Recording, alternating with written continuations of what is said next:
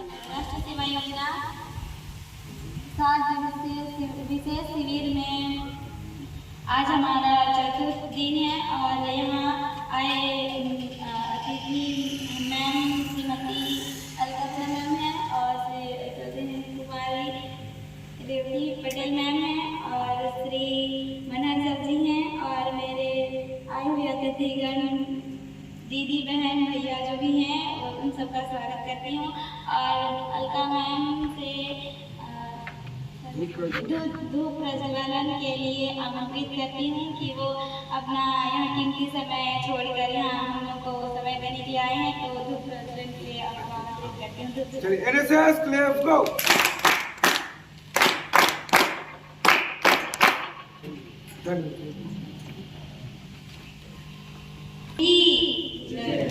स्वामी विवेकानंद जी की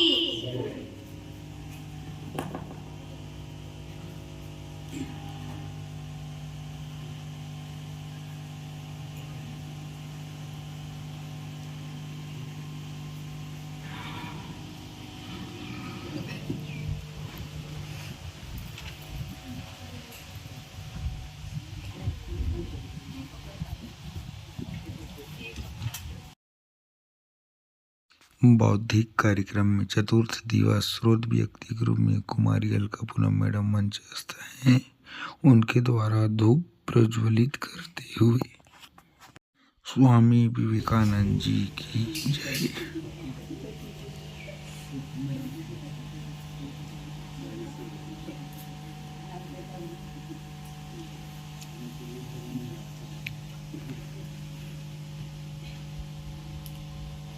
स्वामी विवेकानंद जी की जय। स्वामी विवेकानंद जी की जय। स्वामी विवेकानंद जी की जय। सभी लोग अपना सब लोग अपना स्थान ग्रहण कर लेंगे। उनको आमंत्रित करना चाहती हूँ कि वो अपना स्वागत गीत प्रस्तुत करें। स्वागत के माध्यम मुस्कुराता है समा जगमगाता है समा आज आपके लिए ये समा आज आपके लिए ये समा मुस्कुराता है समा जगमगाता है समा आज आपके लिए ये समा आज आपके लिए ये समा कलियां फूलों को चूमने लगी कलियां फूलों को चूमने लगी डालियों पे पंछी गीत गाने लगी डालियों पे पंछी गीत गाने लगी हर गली खिल गई चांदनी बिखर गई हर गली खिल गई चांदनी बिखर गई चांद आसमां पे मुस्कुराने लगा चांद आसमां के लिए आमंत्रित करती हूँ। अनिमा बाई तो राष्ट्रीय सेवा योजना का गीत है तो जो अपने स्वेच्छा से लड़कियों की तरफ से भी लड़कों की तरफ से भी आ जाइए जल्दी से दोहराइएगा आप लोग रिपीट कीजिए जो कोई सा भी गाना वाला गाता होंगे ना वे लोग गा लेंगे साथ आ जाओ जल्दी से देने के लिए चलो आ जाओ काटिए आ जाओ आओगे तभी सीखोगे ना उसको सेवा योजना गीत है और इस गीत की रचयिता है डॉक्टर अजीत रैजादा जी। तो इस गीत को मैं गा रहा हूँ आप सभी इसको रिपीट करिएगा और YouTube चैनल में भी मैं डालूंगा उसको तो सुनकर आप लोग उसको सीखिएगा है ना और जब भी मौका मिले इस गीत को आप लोग गाएंगे ठीक है। राष्ट्रीय सेवा योजना नवयुग का संदेश है राष्ट्रीय सेवा योजना नवयुग का संदेश है राष्ट्रीय सेवा योजना नवयुग का संदेश है राष्ट्रीय सेवा योजना नवयुग का संदेश है जगह गांव और नगर जगने जागा सारा देश है जगह गांव और नगर जगे हैं जागा सारा देश है नई रोशनी नई दिशा है सब कुछ नया नया सा है नई रोशनी नई दिशा है सब कुछ नया नया सा है धरती करती तिलक गगन का झोंका नया तिलक गगन का झोंका नया हवा का है। कोटि कोटि बलिदानों से, कोटि कोटि बलिदानों से हमने आजादी पाई है। कोटि कोटि बलिदानों से, कोटि कोटि बलिदानों से हमने आजादी पाई है। यह स्वराज होगा सूरज अब आज सजग करुणाई है। यह स्वराज होगा सूरज आज सजग करुणाई है। राष्ट्रीय सेवा योजना नवयुग का संदेश है। राष्ट्रीय सेवा योजना नवयुग का संदेश है। प्रगति और परिवर्तन का एनएसएस ने मंत्र दिया। प्रगति और परिवर्तन का एनएसएस ने मंत्र दिया। भारत माँ की सेवा का हम सबने यह संकल्प लिया। भारत माँ की सेवा का यह हम सबने संकल्प लिया। नई सृष्टि की संरचना को युवा वर्ग ने जन्म दिया। नई सृष्टि की संरचना को युवा वर्ग ने जन्म दिया। शिक्षा, स्वास्थ्य और सह विकास का हमने पथ प्रशस्त किया। शिक्षा, स्वास्थ्य और सह विकास का हमने पंथ प्रशस्त किया। योजना नवयुग का संदेश है। राष्ट्रीय सेवा योजना नवयुग का संदेश है। जगह गांव और नगर जगह है जागा सारा देश है। जगह गांव और नगर जगह है जागा सारा देश है। गांव और नगर की दूरी कम करके बदलाएंगे। गांव और नगर की दूरी कम करके बदलाएंगे। गांधी के सपनों को सचमुच सच करके दिखलाएंगे। गांधी के सपनों को सचमुच सच करके दिखलाएंगे। धर्म जाति भाषा के झगड़े, धर्म जाति भाषा के झगड़े हमको छू न पाएंगे। धर्म जाति भाषा के झगड़े, धर्म जाति भाषा के झगड़े हमको छू ना पाएंगे। भारत को सोने की चिड़िया फिर से हम बनाएंगे। भारत को सोने की चिड़िया फिर से हम बनाएंगे। राष्ट्रीय सेवा योजना नवयुग का संदेश है। राष्ट्रीय सेवा योजना नवयुग का संदेश है। जगह गांव और नगर जगह है जागा सारा देश है। जगह गांव और नगर जगह है जागा सारा देश है। सबका हित और सबका सुख एनएसएस का नारा है। सबका हित और सबका सुख एनएसएस का नारा है। चाहे जो हो जैसा भी हो भारत हमको प्यारा है। चाहे जो हो जैसा भी हो भारत हमको प्यारा है। इसी देश में जीना मरना इसका बंधन और नमन। इसी देश में जीना मरना इसका बंधन और नमन। इसकी उन्नति और विकास ही होगा अब अपना जीवन। इसकी उन्नति और विकास ही होगा अपना जीवन। राष्ट्रीय सेवा योजना नवयुग का संदेश है। राष्ट्रीय सेवा योजना नवयुग का संदेश है। जगह गांव और नगर जगह है जागा सारा देश है। जगह गांव और नगर जगह है जागा सारा देश है। राष्ट्रीय सेवा योजना राष्ट्रीय योजना नवयुग का संदेश है। नवयुग का संदेश है। जगह गांव और नगर जगह है जागा सारा देश है। जगह गांव और नगर जगह है जागा सारा देश है। इसका प्रतिवेदन दीपिका को बोलने के लिए आमंत्रित करते हैं। हम इसका प्रतिवेदन का वाचन करेगा तो माइक को देता हूँ।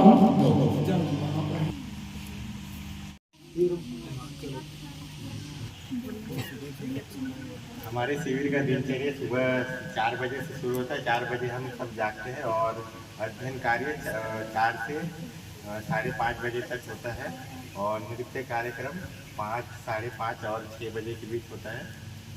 योगा और पीटी हमारे मैनेज सर 6 से 7:30 बजे तक 1.5 घंटा का कराते हैं और स्वल्पाहार 7:30 बजे से 8 बजे तक और परियोजना कार्य 8 बजे से 12 बजे तक तैयार करते हैं। स्नान के लिए सभी बच्चे 12 से पौने 1 बजे तक आ जाते हैं। भोजन का समय पौने 1 बजे से लेकर 1:30 बजे तक का रहता है। मध्याह्न भोजन विश्राम 1:30 बजे से लेकर 1:55 तक रहता है। बौद्धिक चर्चा जिसमें 2 बजे से 4 बजे तक सभी अपने दिनचर्या के कार्य के बारे में बताते हैं और शाम को सभी 4 से 4 बजे चाय पीते हैं। खेल कूद 4:15 से पौने घंटा का होता है जो कि 5 बजे तक ख़त्म हो जाता है और जन संपर्क 5 से पौने 45 मिनट का होता है।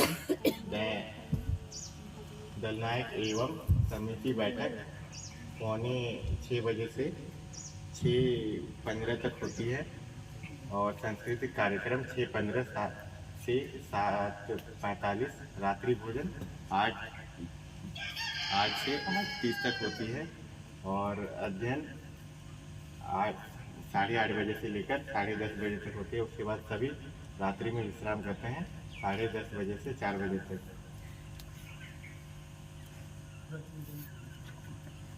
प्रथम दिवस का प्रतिवेदन राष्ट्रीय सेवा योजना इकाई शासकीय माध्यमिक विद्यालय बंदरसुआ का 7 दिवसीय शिविर विशेष शिविर मेरा युवा भारत के लिए युवा विषय पर ग्राम डोलीवाल में आयोजित किया गया है, जिसका उद्घाटन 6 दिसंबर 2024 को माननीय श्रीमती सुशीला साय जी भूतपूर्व जनपद अध्यक्ष जनपद पंचायत कुनकुरी अध्यक्ष श्री कुंज बिहारी साय श्री शिक्षक माध्यमिक शाला डोलीवाल और विशिष्ट अतिथि श्रीमती निर्मला खेल सेवा निर्वित प्रचारिका के उद्यमी विद्यालय बंदरसुआ कार्यक्रम का शुरुआत मुख्य अतिथि एवं मंचस्थ अतिथियों के द्वारा स्वामी विवेकानंद जी के तस्वीर के सामने धूप प्रज्वलित किया गया। इसके पश्चात शिविरार्थियों द्वारा एवं श्री विमल कुमार मल्हर जी के द्वारा एनएसएस का प्रेरणा गीत गाया गया एवं लक्ष्य गीत गाया गया। उसके पश्चात अतिथियों के द्वारा एवं हमारे विद्यार्थियों के द्वारा एवं जितने भी अतिथि थे उनके द्वारा मुख्य अतिथि को पुष्प गुच्छ के द्वारा स्वागत किया गया एवं विद्यार्थियों के द्वारा स्वागत गीत गाया गया। इस प्रकार से प्रथम दिवस का कार्यक्रम का शुरुआत हुआ। इसके पश्चात विद्यार्थी के द्वारा भाषण दिया गया, जिसके कुमारी मीराबाई के द्वारा बहुत ही सुंदर भाषण दिया गया, जिससे उन्हें बताया कि अभी उनका दूसरा बार एनएसएस कैंप आई थी और वे गांव वालों को प्रेरणादायी भाषण दिया गया। गांव को साफ सफाई करना है, पहले तो स्वयं को जागरूक होना है, उसके पश्चात हमें दूसरों को भी जागरूक करना चाहिए। यह गांधी जी के बात है। गांव को साफ सफाई भी करना है। मीराबाई के बाद रूढ़िवार की सरपंच के द्वारा शिविरार्थियों को आशीष वचन दिया गया, जिससे उन्हें अपने अनुभवों को बताया कि वो कभी भी मंच में आकर नहीं बोले और उनमें डर रहता है, पर अब वैसा नहीं था। वे निडर होकर मंच में बोली, जिससे हमें भी उनमें आने की हिम्मत मिली और हमें उनसे काफ़ी कुछ सीखने को भी मिला। हम उनके बताए हुए रास्ते पर चलकर आगे अच्छे से पढ़ाई करेंगे। इतना कहकर मैं धन्यवाद देता हूँ। राजेंद्र साय द्वारा प्रथम दिवस का प्रतिवेदन प्रस्तुत किया गया और चूंकि आज के हमारे जो स्रोत उनके स्वागत उद्बोधन के लिए रेवती पटेल को माइक मल्हर सर, अलका मैडम इन मेरे फ्रेंड जैसे स्टूडेंट, गुड आफ्टरनून। आज 7 दिवसीय विशेष शिविर मेरा युवा मेरा भारत के लिए चतुर्थ दिवस में अलका मैडम मुख्य अतिथि के तौर पर आई हुई है, तो मैं अलका मैडम को मंच में स्वागत करती हूँ और मंच में कुछ बोलने के लिए उनको आमंत्रित करती हूँ। कैसे हैं आप सब? अच्छे हैं? स्वस्थ हैं? स्वस्थ नहीं है? स्वस्थ है ना? किसका तबीयत खराब है? हाँ? अगर किसी का स्वास्थ्य खराब है, किसी का स्वास्थ्य ठीक नहीं लग रहा है, तो बगल में देखिए मैं आते हुए हॉस्पिटल है पास में ना, है ना? हाँ, तो वहां से आप लोगों को दवाई मिल जाएगा, मिलेगा ना? चलो ठीक है। तो यहाँ उपस्थित आदरणीय राष्ट्रीय सेवा योजना अधिकारी श्री मनहर सर जी और यहाँ उपस्थित आदरणीय रेवती मैडम, आप लोग यहाँ मेरे को बच्चों को मोटिवेशन करने के लिए बुलाया है, आप लोगों का सारे दिल से धन्यवाद। और आप लोगों ने यहाँ पर मेरा अच्छे से स्वागत किया, आप लोगों के स्वागत, उद्बोधन और सभी चीजों के लिए बहुत बहुत धन्यवाद करती हूँ। और साथ ही आप लोगों को थोड़ा सा जानकारी देने आई हूँ। वैसे तो आप लोग जानते हैं मेरे को ना, जानते हैं ना, तो मेरा इंट्रोडक्शन देने की जरूरत नहीं है, नहीं है ना? ठीक, आप लोग जानते हैं, इसलिए ज्यादा समय ना लेते हुए थोड़ा सा जानकारी आप लोगों को बताना चाहूंगी। वैसे थोड़ा बहुत मैं स्वास्थ्य विभाग से हूँ, थोड़ा बहुत जानती हूँ, तो आप लोग पूछ सकते हैं। वैसे तो यहाँ देखने को मिल रहा है बहुत सारे बच्चे, अधिकतर बच्चे हेल्थ केयर के ही हैं ना, हेल्थ केयर वाले ज्यादा है ना, लड़कियां ज्यादा हैं और बॉयज में एक आध दो है, तो शायद इसको दोबारा रिपीट करने की आवश्यकता नहीं है। तो अगर आप लोगों को कुछ डाउट होगा, कुछ पूछना होगा, यहाँ रह के आप लोगों को कैसे महसूस हो रहा है, पूछ सकते हैं। कुछ पूछना है? नहीं पूछना है? चलो ठीक है। तो आप लोगों को मजा आ रहा है अपने शिविर में? मजा आ रहा है कि नहीं? आ रहा है? तो ठीक है, आप लोगों का 7 दिवसीय शिविर लगा हुआ है यहाँ थोड़ी बाहर में ना, तो आप लोगों का 7 दिवसीय शिविर का थीम क्या है? कोई खड़े होकर बोलो, क्या है आप लोगों के 7 दिवसीय शिविर का थीम? मेरा युवा जी 7 दिवसीय शिविर का जो थीम है हमारा, वो है मेरा युवा भारत के लिए युवा। जी जी। तो आज कौन सा दिन है आप लोगों का? चौथा दिन है ना आप लोगों का शिविर लगता है, और हर साल आप लोगों के शिविर का थीम अलग अलग होता है ना? होता है कि अलग अलग होता है ना? तो आप लोगों को हर साल का आपका शिविर का थीम याद होना चाहिए, और साथ ही साथ आप यहाँ कैंप में आए हैं तो कैंप में कुछ आप अच्छा सीख के जाइए। अपने अगल बगल के लोगों को, यहाँ पे काम वाले आते हैं कि नहीं आते हैं? आते हैं। तो आप लोग यहाँ शिविर में आए हैं तो यहाँ पर आप अपना अच्छा बेस्ट करके जाइए, ताकि आप लोगों को गांव के लोग क्या करें, याद करें ना, कि वहाँ के बच्चे आए थे, यहाँ पर बहुत अच्छा सिखा के गए, बता के गए, ऐसा अपना नमूना छोड़ के जाइए। ठीक है? ठीक, तो अभी मैं स्वास्थ्य के बारे में थोड़ा सा बताना चाहूंगी कि आप लोगों को, जैसे आप गांव में, घर में आप लोग करते ही हैं सारा चीज, लेकिन फिर भी मैं एक बार आप लोगों को याद दिलाना चाहूंगी। तो जैसे आप यहाँ पर अभी शिविर में आए हैं, आप लोग कितने बजे उठते हैं?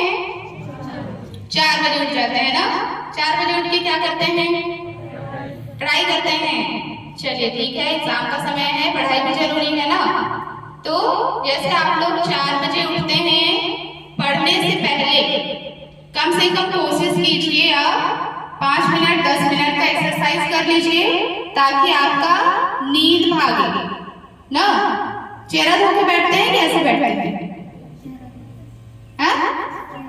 चेहरा धो लेते हैं कि बैठते हैं ना? ऐसे बैठ जाते हैं।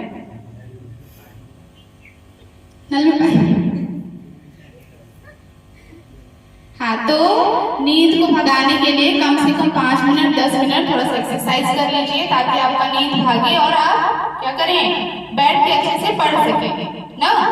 और उस समय जो आप पढ़ेंगे वो अच्छे से आपको याद होगा। तो जैसे आप लोग सुबह उठते हैं, उठने के बाद आप चेहरा धो लीजिए, पढ़िए। उसके बाद जितने भी समय आपका पढ़ने का समय है उसके बाद में आप लोग काम करते होंगे ना, काम करते होंगे ना। श्रमदान ना, आप लोग श्रमदान बोलते हैं। तो अपने अगल बगल का साफ सफाई करते हैं ना। तो अपने अगल बगल का अच्छे से साफ सफाई कीजिए। साथ ही साथ अपने शरीर को भी साफ सुथरा रखिए और कोशिश कीजिए आप साफ कपड़े पहनिए ना। डेली आप साफ कपड़े पहनिए। साथ ही क्या करेंगे, कुछ खाने से पहले, बनाने से पहले, किसी को कुछ देने से पहले आपको क्या करना है, अपना हाथ धो लेना है। ठीक है, ये सब बेसिक चीजें हैं, आप लोग जानते हैं ना। थोड़ा सा समय का अभाव है, नहीं तो फिर मैं आप लोगों को CPR प्रोसीजर करके दिखाती ना। जानते हैं सब लोग CPR? जानते हैं ना? बहुत लोग जानते हैं और बहुत लोग नहीं भी जानते हैं ना। तो थोड़ा सा आप लोग बताइए, दिन में कितना लीटर पानी पीना चाहिए? 6-5?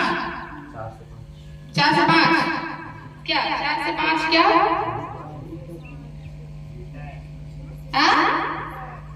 4 से 5 लीटर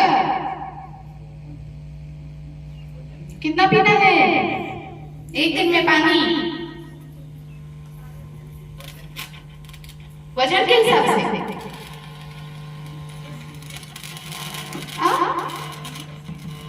10 kg का 1 लीटर। चलो, तो कम से कम आपको दिन भर में पीना है 5 से 6 लीटर पानी ना। पीते हैं आप लोग? नहीं पीते हैं तो कोशिश कीजिए। पहले भी बताई थी मैं आपको, सुबह उठ करके क्या करना है, खाली पेट में पानी पीना है। कोशिश कीजिए आप 1 गिलास पानी पी लें ना। उससे ज्यादा भी आप पी सकते हैं। अगर आप सुबह खाली पेट में पानी पी रहे हैं तो आपका पेट अच्छे से साफ होता है। ठीक है, पेट अच्छे से साफ होने में मदद करता है। और साथ ही साथ अगर आप सुबह खाली पेट पानी पिए हुए हैं तो बाद में दिन में भी आपको ज्यादा प्यास नहीं लगेगी। साथ ही साथ खाने के बाद कितने घंटे बाद पानी पीना चाहिए? 1 घंटे बाद? हाँ, खाना खाने, नाश्ता करने के आधे घंटे बाद आपको क्या करना है, पानी पीना है ना। क्यों उतना लेट में पानी पीते हैं? हाँ, ताकि आपका खाया हुआ भोज्य पदार्थ अच्छे से पच सके ना।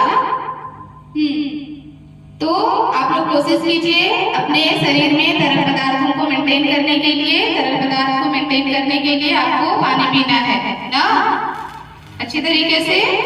और साथ ही साथ अपनी स्वच्छता का भी ध्यान रखना है।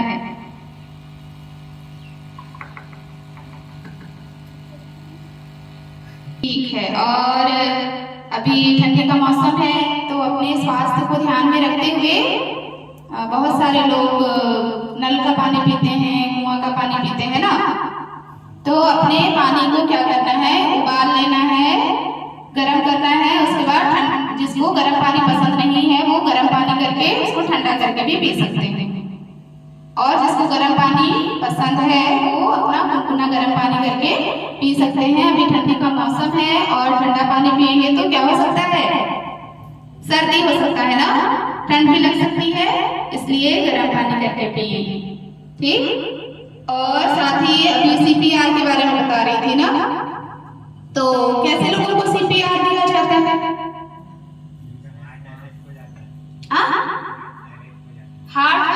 जाता है।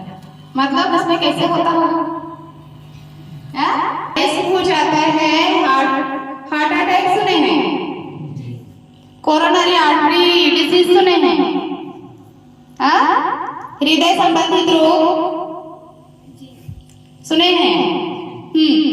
तो जैसे कि एक बच्चे ने बताया हार्ट अरेस्ट हो जाता है ना। क्या समझते हैं हार्ट अरेस्ट? हाँ, हमारा हृदय कार्य करना बंद कर देता है ना। सीपीआर बोलने से एकदम कहीं भी कोई गिरे पड़े हैं तो उसको तुरंत सीपीआर देने लगे, ऐसा नहीं है। सीपीआर कब देंगे हम लोग? जब व्यक्ति का हृदय काम करना बंद कर दिया है या फिर एकदम धीमी गति से कार्य कर रहा हो और साथ ही साथ उसका श्वास नहीं चल रहा होगा या फिर उसका नाड़ी दर पता नहीं चल रहा होगा, तो उसको क्या करेंगे? सीपीआर देने से पहले जांच करेंगे ना।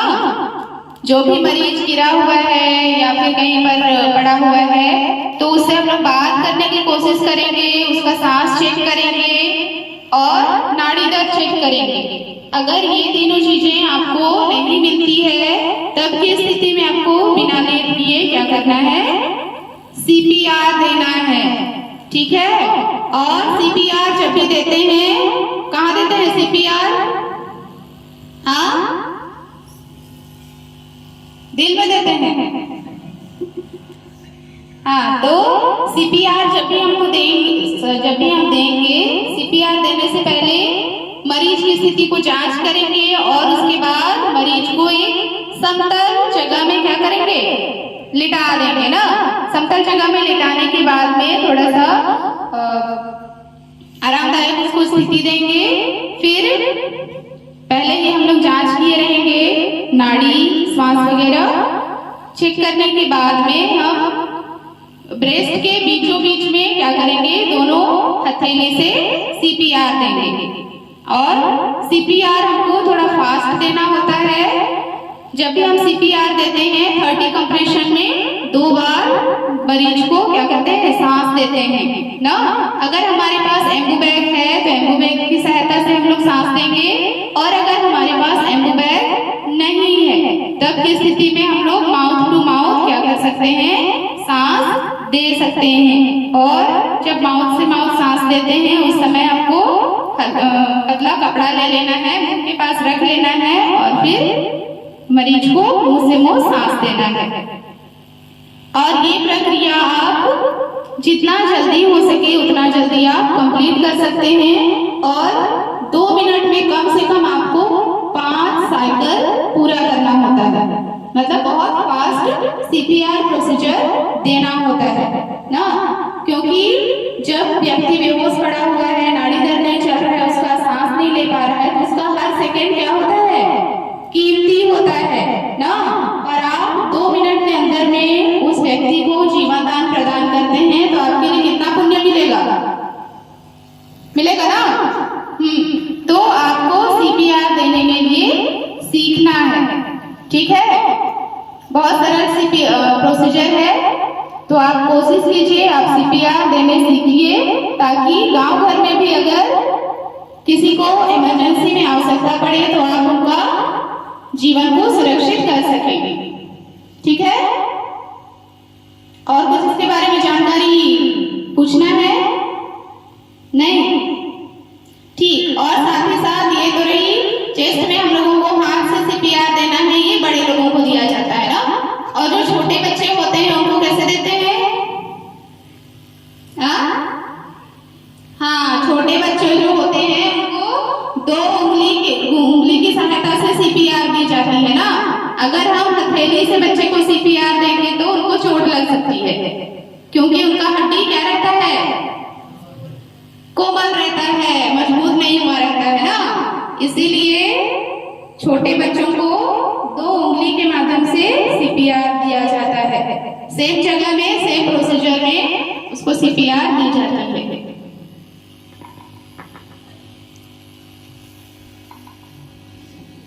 और साथ ही साथ फर्स्ट एड के बारे में थोड़ा सा जानकारी दे देती हूँ। फर्स्ट एड प्राथमिक चिकित्सा क्या बोलते हैं?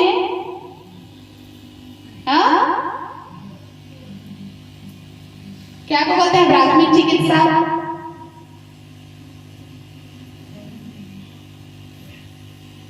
प्राथमिक उपचार उसे कहते हैं हॉस्पिटल पहुंचने से पहले अगर आपको कहीं पर दुर्घटना हो गई है, किसी व्यक्ति के साथ दुर्घटना हो गई है, या फिर कोई व्यक्ति घर में अचानक बीमार पड़ गया है, या फिर किसी चीज से चोट लग गई है, खून बह रहा है, तो घर से लेके हॉस्पिटल पहुंचने तक का जो सफर होता है उस बीच में आप जो देखभाल प्रदान करते हैं वो होता है आपका प्राथमिक चिकित्सा ना। मान के चलो कोई व्यक्ति, किसी व्यक्ति को बहुत तेज बुखार है और आपके पास हॉस्पिटल, मरीज को हॉस्पिटल ले जाने के लिए आपके पास सुविधा नहीं है, गाड़ी उपलब्ध नहीं है, और अगर आपके पास 2 व्हीलर गाड़ी है तो आप उसमें उसको बैठा के नहीं ले सकते हैं क्योंकि मरीज को बहुत तेज बुखार है और वो गाड़ी में नहीं बैठ सकता है। तो उस स्थिति में आप क्या करेंगे? एम्बुलेंस को कॉल करेंगे ना। तो एम्बुलेंस के आने से पहले तक आप जो उसको चिकित्सा देखभाल प्रदान करते हैं वो होता है आपका प्राथमिक चिकित्सा। ठीक है, बुखार है तो उसको क्या करेंगे हम लोग? अगर हमारे पास पैरासीटामोल है तो हम पैरासीटामोल को दे सकते हैं ना। और साथ ही साथ आप अगर पैरासीटामोल दे रहे हैं तो आप तभी उसको देंगे जब आपको पैरासीटामोल के बारे में अच्छे से जानकारी हो। आपको अगर जानकारी नहीं है तो आप किसी को भी कुछ भी दवाई नहीं दे सकते हैं ना। इसीलिए आपको जानकारी होना है कि आप बुखार में क्या दे सकें?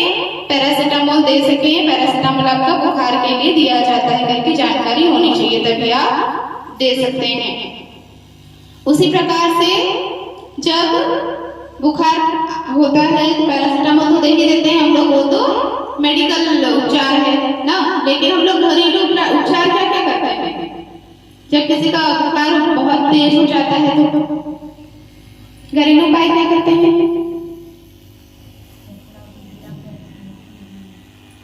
कपड़ा गीला करके क्या करते हैं? सिर में रखते हैं ना, ताकि बुखार क्या हो? कम हो ना। जानते हैं कि नहीं जानते हैं? आप लोग जानते हैं ना, घर में उपयोग करते हैं ना। ठीक, सिर में रखना है गीला कपड़ा करके, और साथ ही आवश्यकता पड़े तो पूरे शरीर को भी क्या करना है? पोंछना है, ताकि बिना दवाई के भी व्यक्ति का बुखार थोड़ा कम हो जाए। और वैसे ही जैसे किसी को चोट लग जाती है, किसी से कुछ चीज से चोट लग गया है और बहुत ज्यादा ब्लीडिंग हो रही है, खून बह रहा है ना, तो उस समय में हम लोग प्राथमिक उपचार क्या कर सकते हैं? जहां से खून बह रहा है उस जगह को हम लोग, हमारे पास अगर पट्टी है तो पट्टी से क्या कर सकते हैं? बांध सकते हैं, और अगर पट्टी नहीं है तो हम लोग सूती कपड़े से उस जगह को बांध सकते हैं, या छोटा जगह से अगर ब्लीडिंग हो रहा है तो उस जगह को हम लोग थोड़ी देर के लिए दबा के रख सकते हैं, ताकि ये जो हमारे शरीर का बहुमूल्य खून है ना, ये खून क्या हो सके? रुक सके और हमारे शरीर में ही रहे। ठीक है, क्योंकि हमारा जो खून है बहुत महत्वपूर्ण है ना हमारे शरीर के लिए। और खून बनने में कितने दिन लगते होंगे?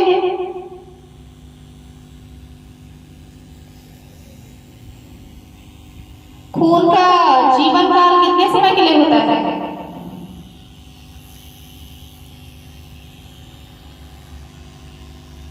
कितना दिन होता है खून का जीवन काल? नहीं पता है किसी को?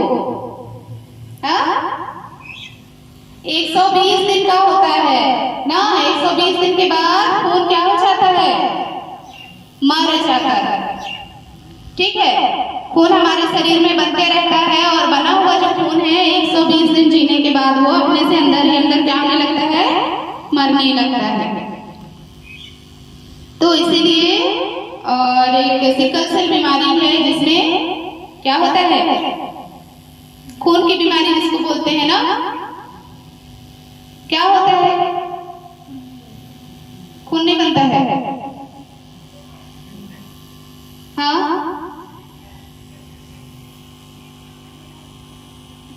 सिकल सेल में क्या होता है? खून नहीं बनता है? हाँ, कमी होती है। हमारे शरीर में जो खून बनता है, खून कम मात्रा में बनता है ना, और साथ ही साथ खून का जो जीवन काल होता है उतना ज्यादा दिन ना जी करके वो जल्दी ही नष्ट होने लगता है। और साथ ही साथ सिकल सेल एनीमिया में खून का आकार कैसे हो जाता है? हंसी आकार हो जाता है ना, जानते हैं सब लोग ना। चलो ठीक है, और ज्यादा नहीं बोलूंगी, बोलने को बहुत है लेकिन समय कम है ना। और शायद आप लोग भी बोर हो जा रहे हैं क्योंकि पहले से जानते हैं, पहले से सुन चुके हैं इन सभी चीजों को, तो ज्यादा बोर नहीं करूंगी। बस इतना ही बोलकर मैं अपनी वाणी को विराम करती हूँ। बाकी आप लोग यहाँ बुलाए, अपना प्यार दिखाए, सभी चीज के लिए आपको सारे हृदय से धन्यवाद।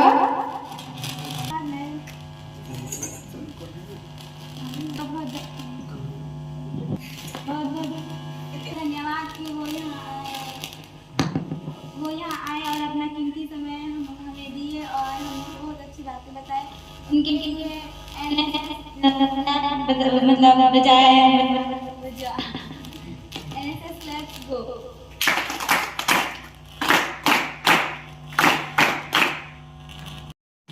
श्रीमती अलका पूनम मैम आज स्रोत व्यक्ति ग्रुप में उपस्थित थी और स्वास्थ्य से संबंधित उनके द्वारा बहुत अच्छी जानकारियां दी गई है जो निश्चित ही सभी को जानना चाहिए।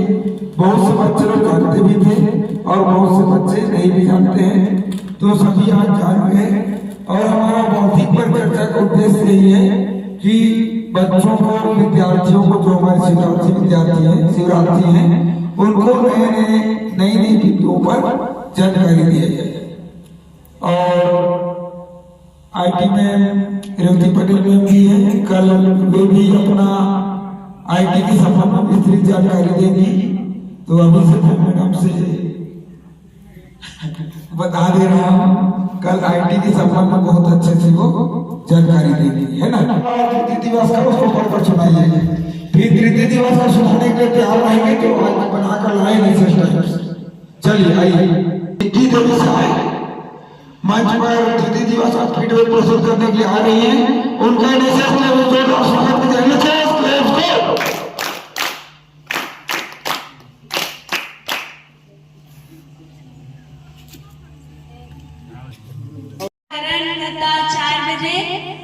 अध्ययन कार्य प्रातः 4 बजे से 5:30 बजे, नित्य कार्य प्रातः 5:30 से 6 बजे, योग PT एवं व्यायाम 6 बजे से 7:30 बजे, स्वापाहार 7:30 से 8 बजे, परियोजना कार्य 8 से 12 बजे, स्नान 12 से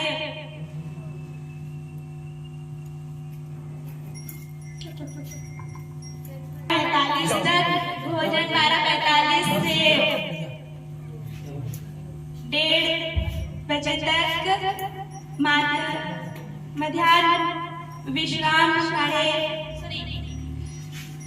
1:30 से 1:45 तक, बौद्धिक चर्चा 2 से 4 तक, चाय 4 से 4:15 तक, खेलकूद 4:15 से 5 तक, जनसंपर्क 5 से 5:45 तक, दल नायक एवं समिति बैठक 5:45 से 6:15 तक, सांस्कृतिक कार्यक्रम 6:15 से 7:45 तक, रात्रि भोजन 8 बजे से 8:30 बजे तक, अध्ययन 8:30 से 10:30 तक, रात्रि विश्राम 10:30 से प्रातः 4 तक। चाय को यहीं से आह्वान कर सभी ले लिया उन लोगों में वालों आयोजन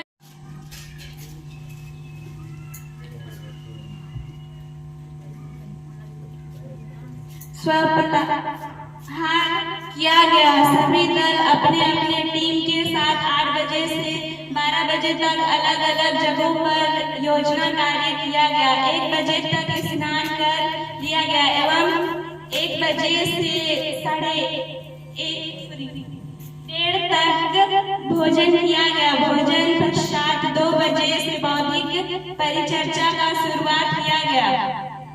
प्रभारी प्राचार्य श्री गुप्तेश्वर राय, स्रोत व्यक्ति डॉक्टर प्रदीप पटेल सर एवं मंचस्थ अतिथिगण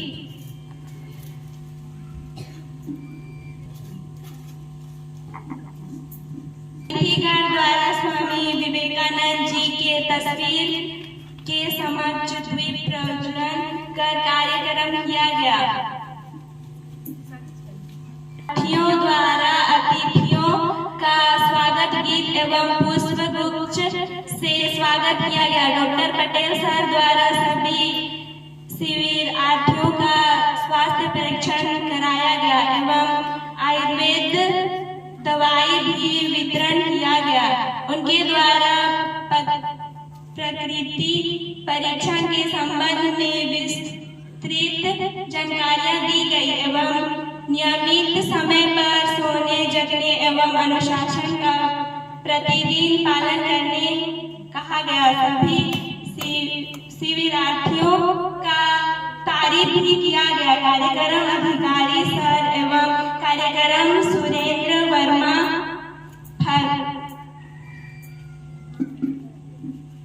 द्वारा राष्ट्रीय सेवा योजना का आह्वान गीत प्रस्तुत किया गया एवं ज्ञानवर्धक बातें भी बताई गई। श्री प्राचार्य सर द्वारा सभी शिविरार्थियों को 7 दिन तक पूरे अनुशासन का पालन करने एवं शिविर के दिनचर्या और कार्यक्रम अधिकारी सर के मार्गदर्शन में कार्य करने हेतु कहा गया। श्री टी एक्का सर एवं टिक्का सर द्वारा भी मोटिवेट किया गया। शाम को बैठक के पश्चात सांस्कृतिक कार्यक्रम का आयोजन किया। श्री अयोध्या सर, गुप्ता मनहर सर, ग्रामवासी एवं सभी स्वयं सेवकों द्वारा सांस्कृतिक रंगारंग कार्यक्रम प्रस्तुत किया गया। NSS, let's go.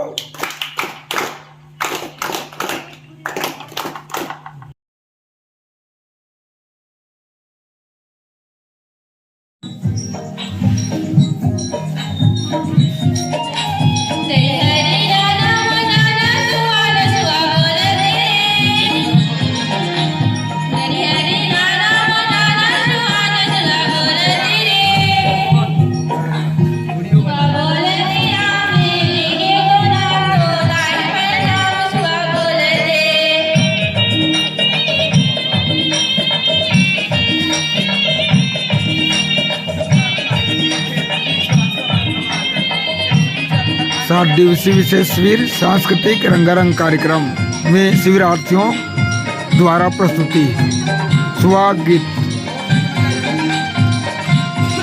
7 दिवसीय विशेष शिविर का चतुर्थ दिवस